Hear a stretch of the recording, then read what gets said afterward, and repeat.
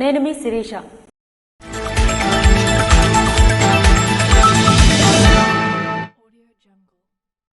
శనివారం జిల్లా కలెక్టర్ కార్యాలయంలో ప్రిన్సిపల్ సెక్రటరీ శశిభూషణ్ రావు జిల్లా అధికారులతో సమీక్షా సమావేశం నిర్వహించారు.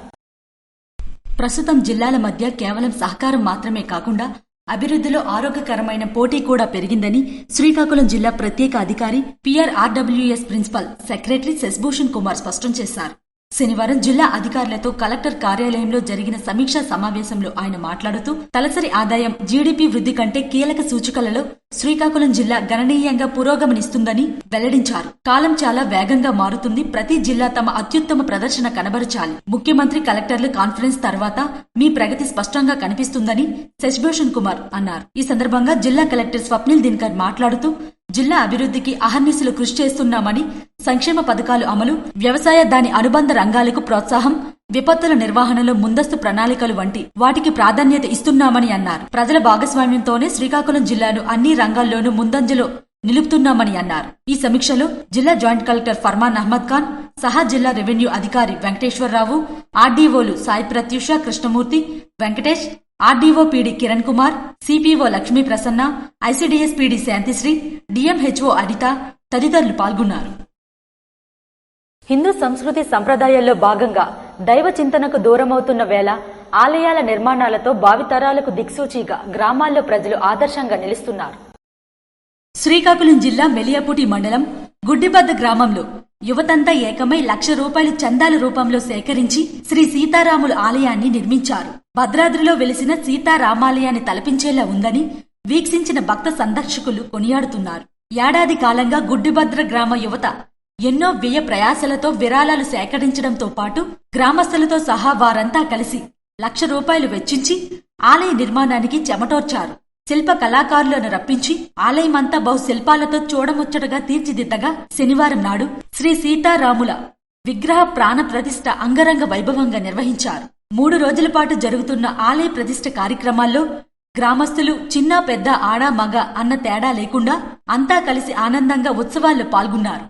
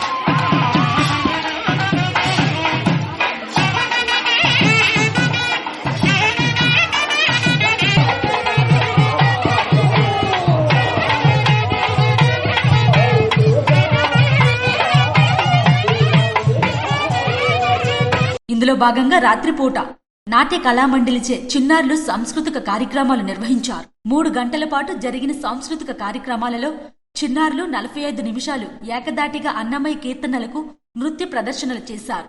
చిన్నారుల నృత్యాలకు చూపర్లు మంత్రముగ్ధులయ్యారు.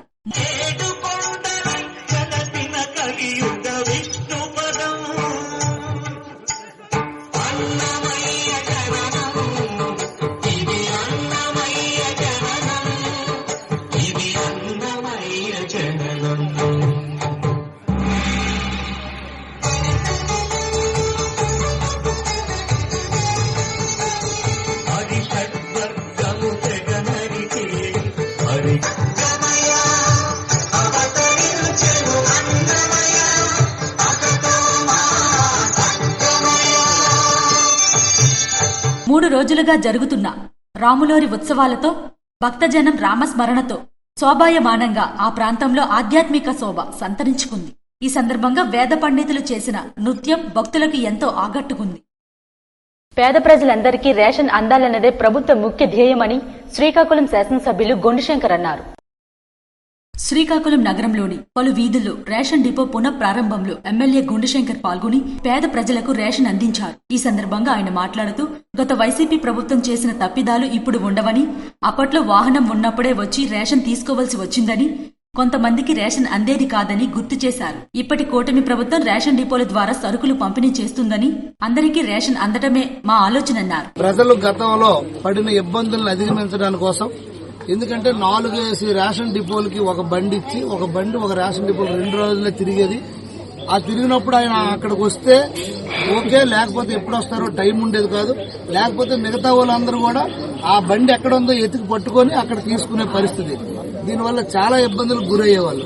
వికలాంగులు, వృద్ధులకి ఇంకా ప్రాబ్లం అయ్యేది. సో వీటన్నింటినీ అధిగమించడానికి గౌరవ ముఖ్యమంత్రి వర్యులు శ్రీ నారా చంద్రబాబు నాయుడు గారు, పౌర సరఫరాల శాఖ మంత్రి నాదెండ్ల మనోహర్ గారి వారి ఆదేశాల మేరకు రేషన్ డిపోలు పాత పద్ధతిని కొనసాగిస్తూ పొద్దున్నే 4 గంటల నుండి 12 గంటలు, అలాగే సాయంకాలం 4 నుండి 8 గంటల వరకు, అలాగే 1వ తారీఖు నుండి 15వ తారీఖు వరకు ఎప్పుడైనా వారికి వీలు చూసుకుని వచ్చి ఇక్కడ తీసుకునే విధంగా వెసులుబాటు కల్పించారు. అలాగే వృద్ధులు, వికలాంగులు ఎవరైతే ఉన్నారో వారికి వాళ్ళ ఇంటి వద్దకే డీలర్ పట్టుకెళ్లి ఇమ్మని స్పష్టమైన ఆదేశాలు ఇవ్వడం అయింది. దీనివల్ల తప్పకుండా ప్రజలకు మేలు చేకూరుతుంది. 65 సంవత్సరాలు దాటిన వృద్ధులకు, వికలాంగులకు ఇంటి వద్దకు వెళ్లే రేషన్ అందిస్తారన్నారు. ఇందులో భాగంగా ఎమ్మెల్యేతో పాటు శ్రీకాకుళం మున్సిపల్ కమిషనర్ ప్రసాద్ కూడా పాల్గొని రేషన్ అందించడంలో స్థానిక ప్రజలు హర్షం వ్యక్తం చేశారు. ఈ కార్యక్రమంలో టీడీపీ నాయకులు Madhavarao, Venkatesh, division incharge, dealer depot సిబ్బంది, ప్రజలు తదితరులు పాల్గొన్నారు. రైతులకు ఫారం ఫండ్ యొక్క ప్రాధాన్యతను తెలియజేయాలని రాష్ట్ర ప్రిన్సిపల్ సెక్రటరీ శశిభూషణ్ రావు అన్నారు.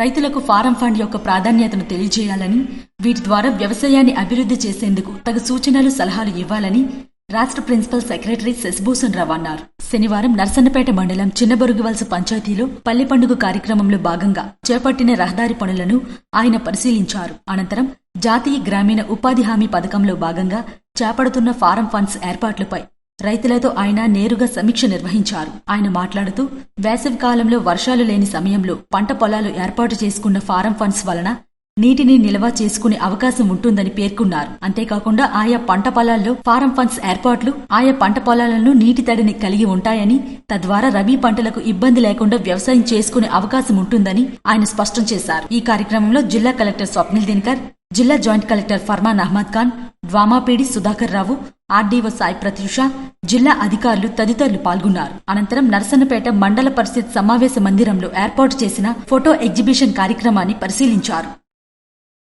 పోలాకి మండలంలోని పలు గ్రామాల్లో రేషన్ పంపిణీ కార్యక్రమాల్లో ఎమ్మెల్యే భగ్గు రమణమూర్తి పాల్గొన్నారు.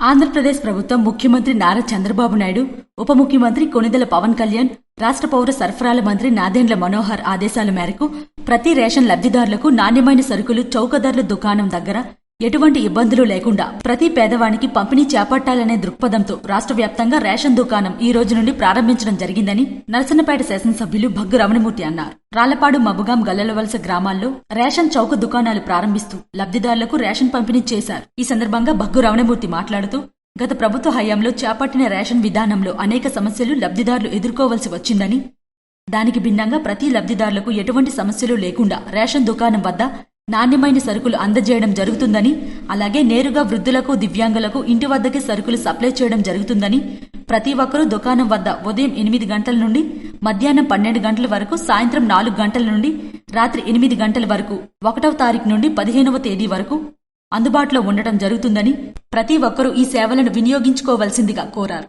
ఈ కార్యక్రమంలో రాష్ట్ర Kalinga corporation chairman Ronanki Krishnamnaidu, distribute committee chairman, మండల అధ్యక్షులు మిర్యాపల్లి వెంకటప్పలనాయుడు, మాజీ market committee chairman Bhairi Bhaskar Rao, Panchareddy Simhachalam మరియు మండల తహసీల్దార్, ఎంపీడీఓ అధికారులు, రేషన్ డీలర్లు తదితరులు పాల్గొన్నారు. కూటమి అధికారంలోకి వచ్చిన ఏడాదిలోనే హామీలే మిగిలాయని వైఎస్ఆర్ జిల్లా పార్టీ అధ్యక్షులు ధర్మాన కృష్ణదాస్ విమర్శించారు. జూన్ 4వ తేదీన నిర్వహించనున్న వెన్నుపోటు దినం పోస్టర్ను నర్సన్నపేట పార్టీ కార్యాలయంలో వైఎస్ఆర్ పార్టీ అధ్యక్షులు ధర్మాన కృష్ణదాస్ ఆవిష్కరించారు. ఈ సందర్భంగా ఆయన మాట్లాడుతూ తమ అధినేత వైఎస్ జగన్ ఇచ్చిన పిలుపుతో వెన్నుపోటు దినోత్సవం నిర్వహిస్తున్నట్లు తెలిపారు. చంద్రబాబు రాజకీయ జీవితం వెన్నుపోటుతోనే మొదలైందన్నారు. నేటి చంద్రబాబు పాలనతో ప్రజలు అనేక ఇబ్బందులు ఎదుర్కొంటున్నారని పేర్కొన్నారు. రాష్ట్రంలో కూటమి ప్రభుత్వం చంద్రబాబు నాయకత్వాన అధికారంలో చేపట్టిన తర్వాత జరుగుతున్నటువంటి అన్యాయాలు, మోసాలు, అరాచకాలు, ఆనాడు ఎన్టీ రామారావు గారు సాక్షాత్తు మామగారినే వెన్నుపోటు పడుతున్నటువంటి చంద్రబాబు నాయుడు ఎన్నికల ముందు ఇచ్చిన వాగ్దానాలన్నీ మరిచి మరి సంవత్సర కాలమైనా కూడా ఇచ్చిన వాగ్దానాలేవీ అమలు చేయనటువంటి పరిస్థితిని వ్యతిరేకంగా ప్రజలకి జరిగిన వెన్నుపోటుకి వ్యతిరేకంగా రాష్ట్రంలో అన్ని నియోజకవర్గాల్లో కూడా 4వ తారీఖున జరిగే ఈ వెన్నుపోటు దినోత్సవం ప్రతి జిల్లాలో కూడా జరుగుతుంది, ప్రతి నియోజకవర్గంలో కూడా జరుగుతుంది. దాన్ని ప్రజలందరూ స్వచ్ఛందంగా ప్రజలకు ఏదైతే వాగ్దానాలు ఆయన ఇచ్చారో దాన్ని ఆచరణ చేయమని వైఎస్ఆర్ పార్టీ డిమాండ్ చేస్తుంది. ఇందులో ఎవరినో హింసించడానికో ఎవరినో వ్యతిరేకించడానికో కాదు, ప్రజల పక్షాన వైఎస్ఆర్ పార్టీ తరఫున మేము చేస్తున్నటువంటి పోరాటం ఇది. మరి ఒకప్పుడు జనరంజకమైనటువంటి పాలన ఏదైతే మేనిఫెస్టోలో ఇచ్చి ఆచరణ చేసినటువంటి జగన్మోహన్ రెడ్డి నాయకత్వం, మరి ఈవేళ ఇచ్చిన ఎన్నికల హామీలు ఏవి కూడా ఆచరణ చేయని చంద్రబాబు నాయకత్వం అనే వ్యత్యాసాన్ని చూడాలని ప్రజలు మేము విన్నవించుకుంటున్నాం. ఇచ్చిన హామీలు నేటి వరకు ఒక్కటి కూడా అమలు చేయలేకపోయిన దుస్థితి నేడు నెలకొందని విమర్శించారు. వెన్నుపోటు పడవడంలో ఆయనకు ఎవరూ సాటిలేరని చురకలు అంటించారు. ఈ కార్యక్రమంలో కరిమి రాజేశ్వరరావు, బగ్గు రామకృష్ణ, ఎంపీపీలు ఆరంగి మురళీధర్, వానగోపి, ముద్దాడు బైరాగి నాయుడు, చింతు రామారావు తదితరులు పాల్గొన్నారు. రేషన్ డిపోల్లో సరుకులు పంపిణీ పునః ప్రారంభించామని ఎంపీ కలిసెట్టి అప్పలనాయుడు, హెచ్ఎల్ శాసనసభ్యులు నడుకుదుటి ఈశ్వరరావు వెల్లడించారు. లావేరు మండలం హెడ్ క్వార్టర్స్ లో రేషన్ డిపో ద్వారా సరుకులు పంపిణీ పునఃప్రారంభించి లబ్దిదారులకు నిత్యావసర సరుకులను అందించిన హెచ్ఎల్ శాసనసభ్యులు నడుకుదుటి ఈశ్వరరావు మరియు విజయనగరం పార్లమెంట్ సభ్యులు కడిశెట్టి అప్పలనాయుడు. ఈ సందర్భంగా ఎమ్మెల్యే నడుకుదుటి ఈశ్వరరావు మాట్లాడుతూ కార్డుదారులు పడుతున్న ఇబ్బందులను ముఖ్యమంత్రి నారా చంద్రబాబు నాయుడు నాయకత్వంలోని కూటమి ప్రభుత్వం గుర్తించి 4 ఏళ్ల తర్వాత రేషన్ డిపో డీలర్లు దుకాణాల ద్వారా కార్డుదారులకు సరుకులు పంపిణీ చేసేందుకు ఈ రోజు నుండి సిద్ధం చేసిందని, మీ వీలైన సమయంలో సరుకులను తీసుకుని వెసులుబాటు కల్పించడం జరిగిందని పేర్కొన్నారు. ఈ కార్యక్రమంలో ముప్పిడి సురేష్, తోటయ్య దొర, మీసాల వెంకటరమణ, పిన్నింటి మధుబాబు తదితర సీనియర్ నాయకులు, కార్యకర్తలు, అధికారులు పాల్గొన్నారు. యోగాతో సంపూర్ణ ఆరోగ్యం వస్తుందని ఆయుష్ వైద్యులు డాక్టర్ పి జగదీష్ వెల్లడించారు. ఆదివారం శ్రీకాకుళం నగరంలోని 80 ఫీట్ అడుగు రహదారిలో వెనుకబడిన తరగతుల సంక్షేమ శాఖ ఆధ్వర్యంలో యోగాంధ్ర కార్యక్రమం నిర్వహించారు. ఈ సందర్భంగా ఆయన మాట్లాడుతూ యోగా పట్ల అందరూ అవగాహన పెంచుకుని యోగాసనాలు వేయడం వలన ఆరోగ్యం మెరుగుపరుచుకోవచ్చని అన్నారు. రాష్ట్ర వ్యాప్తంగా జరుగుతున్న యోగాంధ్ర కార్యక్రమంలో వెనుకబడిన తరగతుల సంక్షేమ అధికారులు, సిబ్బంది యోగాంధ్రలో పాల్గొన్నారు. జిల్లా కలెక్టర్ ఆదేశాల మేరకు శ్రీకాకుళంలోని 80 ఫీట్ అడుగు రోడ్లో ప్రతిరోజు యోగాంధ్ర కార్యక్రమం నిర్వహిస్తున్నట్లు తెలిపారు. యోగాంధ్ర యోగా శిక్షణ తరగతులు ప్రతిరోజు ఉదయం 6:30 నుండి 7:30 వరకు 80 ఫీట్ అడుగు రోడ్లో కొనసాగుతాయన్నారు. యోగా శిక్షణలో పాల్గొనడానికి అందరూ ఆహ్వానితులేనని, ఈ కార్యక్రమంలో వెనుకబడిన తరగతుల సంక్షేమ శాఖ జిల్లా అధికారి అనురాధ, జె చంద్రశేఖరరావు, యోగా శిక్షకులు మురళీకృష్ణ, స్వాతి, నగర ప్రజలు పాల్గొన్నారు. రేషన్ డిపోల్లో సరుకులు పంపిణీ పునః ప్రారంభంలో ఎమ్మెల్యే బెందాలి అశోక్ పాల్గొన్నారు. ఆంధ్రప్రదేశ్ రాష్ట్రంలో ఇప్పటి వరకు రేషన్ వాహనాల ద్వారా పంపిణీ చేస్తున్న సరుకుల్ని ఇకపై పాత విధానంలో రేషన్ షాపుల ద్వారానే రేషన్ పంపిణీ చేసే విధంగా కూటమి ప్రభుత్వం చర్యలు తీసుకుంది. ఈ చర్యల్లో భాగంగా శ్రీకాకుళం జిల్లా ఇచ్చాపురం నియోజకవర్గం కవిటిలో ఇచ్చాపురం శాసనసభ్యులు బెందాలి అశోక్ రేషన్ ను పంపిణీ చేశారు. ఈ సందర్భంగా ఆయన మాట్లాడుతూ గత ప్రభుత్వాలు తీసుకున్నటువంటి నిర్ణయం వలన పేద ప్రజలు అనేక ఇబ్బందులు పడ్డారని అన్నారు. రేషన్ పంపిణీ చేస్తున్నాము అనే నెపంతో ప్రచారం చేసినప్పుడు సన్నబియ్యం ఇస్తాం, ఇంటింటికి తీసుకొని వచ్చి రేషన్ ఇస్తామని ప్రచారం చేసుకుంటున్నట్టు ఆ వ్యక్తులు మరి ఆ ఎండియు ఆపరేటర్ల ద్వారా గ్రామం చివర్లలో, వీధి చివర్లలో పెట్టి ప్రజల్ని అనేక రకమైనటువంటి ఇబ్బందులు గురి చేయటమే కాకుండా ఆ సమయానికి వాళ్ళు కానీ అందుబాటులో లేకపోతే ఉదాహరణకు ఉపాధి హామీ కూలీలే అనుకోండి, వాళ్ళు తెల్లవారి వాళ్ళు పనికి వెళ్ళకపోతే వాళ్ళకి ఆ రోజు జీవనం పోతుంది. పనికి వెళ్తే రేషన్ బియ్యం వాడు ఎప్పుడు వస్తాడో మాకు తెలియదు అనే పరిస్థితి. ఒకవేళ ఆ సమయంలో వాళ్ళు కానీ అందుబాటులో లేకపోతే వాళ్ళు అక్కడ తీసుకునే అవకాశం లేకుండా వాళ్ళు ఎక్కడ బండి ఆపితే అక్కడికి వెళ్ళి తీసుకునే పరిస్థితి. ఈ సమస్యలన్నీ గమనించినటువంటి కూటమి ప్రభుత్వం ఒక చరిత్రాత్మకమైనటువంటి ఒక నిర్ణయం తీసుకుని గతంలో ఏదైతే రేషన్ డీలర్ల వద్దనే తీసుకునే సౌలభ్యం కల్పించారో మళ్ళీ దాన్ని పునరుద్ధరిస్తూ మళ్ళీ ఈరోజు డీలర్లకే ఇవ్వటం అనేది చాలా మంచి నిర్ణయం, చాలా స్వాగతించదగినటువంటి విషయం. కూటమి ప్రభుత్వం వచ్చిన తర్వాత ఈ నిర్ణయం తీసుకోవడంతో పాటు ఎవరికీ అన్యాయం జరగకుండా 65 సంవత్సరాలు వయసు పైబడినటువంటి వారు కానీ హ్యాండిక్యాప్డ్ కానీ ఉంటే వాళ్ళకి డీలర్లే ఇంటి వద్దకు తీసుకుని వెళ్లి సరఫరా చేసే విధానాన్ని కూడా కల్పించటం అనేది మనందరం ఎంత మానవతా దృక్పథంతో ఈరోజు ప్రభుత్వం పనిచేస్తుందో మనం చెప్పుకోవడానికి ఒక మంచి ఉదాహరణ. ముఖ్యంగా ఈ రేషన్ పంపిణీకి బళ్ళు పెట్టి దానికి దాదాపు 21,000 కోట్ల రూపాయలు ప్రభుత్వం ధనం వెచ్చించి సొంత మనుషులకి వాళ్ల పార్టీ కార్యకర్తలకు ఇచ్చుకున్నారని ఆరోపించారు. రేషన్ పంపిణీ చేస్తున్న సమయంలో ఆ సమయానికి లబ్ధిదారులు గాని అందుబాటులో లేకపోతే ఆ రేషన్ వృధాగా పోయిందన్నారు. మళ్లీ పాత పద్ధతిలో రేషన్ పంపిణీ నిర్ణయంతో పాటు 65 సంవత్సరాలు ఉంటే వాళ్లకి డీలర్లే ఇంటి వద్దకు తీసుకుని వెళ్లి సరఫరా చేసే విధానాన్ని కూడా కల్పించడం అనేది హర్షించదగ్గ విషయమన్నారు.